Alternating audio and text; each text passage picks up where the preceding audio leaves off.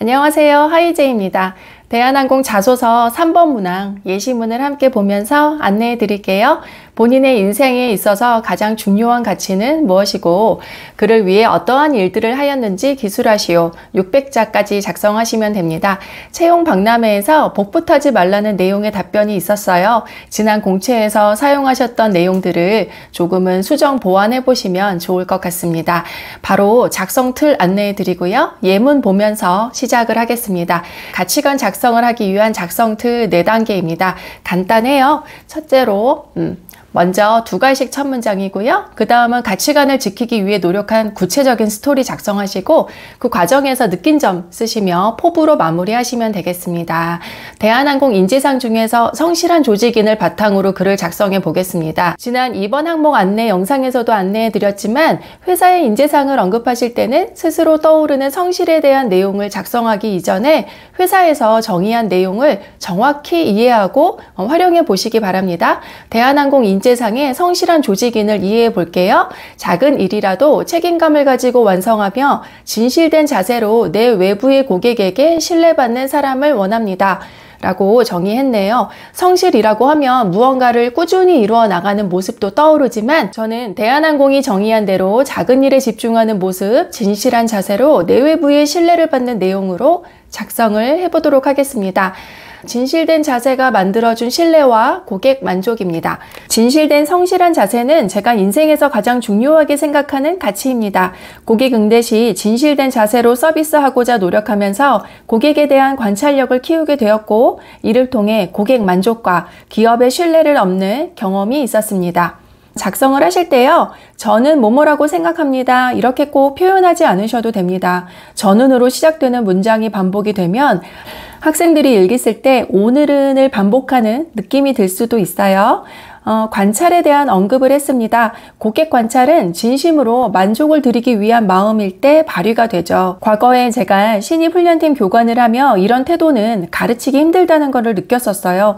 안전과 서비스 매뉴얼 프로시저 이런 훈련원에서 가르칠 수 있는 이상의 태도를 가진 모습은 회사에서 좋아할 수밖에 없다는 것을 너무 잘 알기에 이런 스토리로 작성을 해보았습니다. 예를 들어서 손에 약봉투를 가지고 물을 주문하시는 분께는 미지근한 물을 드릴지 여쭈어 보고 준비해 드리며 두 번째 식사 이후에도 또 약을 드셔야 하는지 여쭈어 보고 물을 드린다면 감동받으시겠죠. 식사 후에 서비스한다는 프로시저는 훈련원에서 가르치지만 여기까지는 본인의 진심이고 역량이기 때문에 이런 모습을 보여주시는 자소서나 면접 답변 준비해 보시면 좋겠습니다.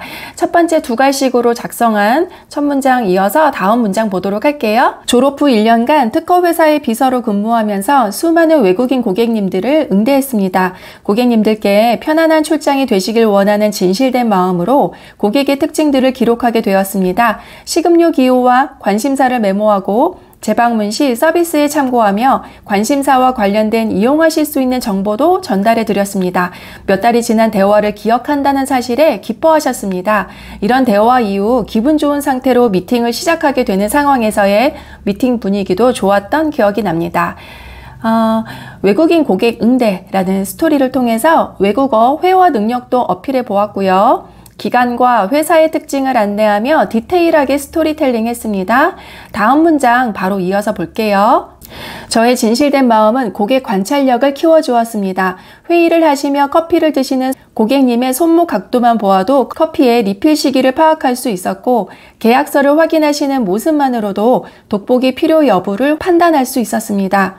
계약을 위한 미팅 전 대기실로 안내해드리는 저의 업무는 특허회사에서 근무하는 많은 직원들의 업무에 비하면 작은 일일 수 있지만 만족을 드리는 회사에 대한 신뢰를 얻을 수 있는 값진 시간이라 생각하고 진실된 마음으로 성실하게 노력했습니다.